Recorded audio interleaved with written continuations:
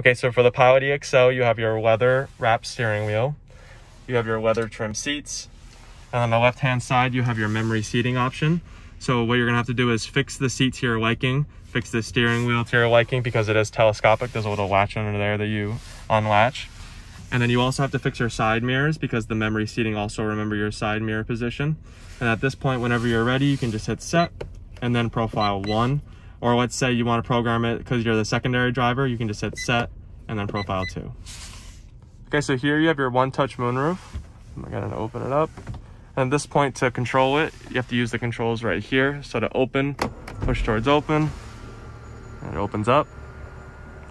And then to close it, you have to push towards close. And then to tilt it, all you have to do is push up and in on it. And then it tilts the back. Okay, so in the back you have your integrated sunshades. So you can pull this up and then latch them there. And then also in the back, you have your second row fast charging USB ports. And then in the back you have your power tailgate.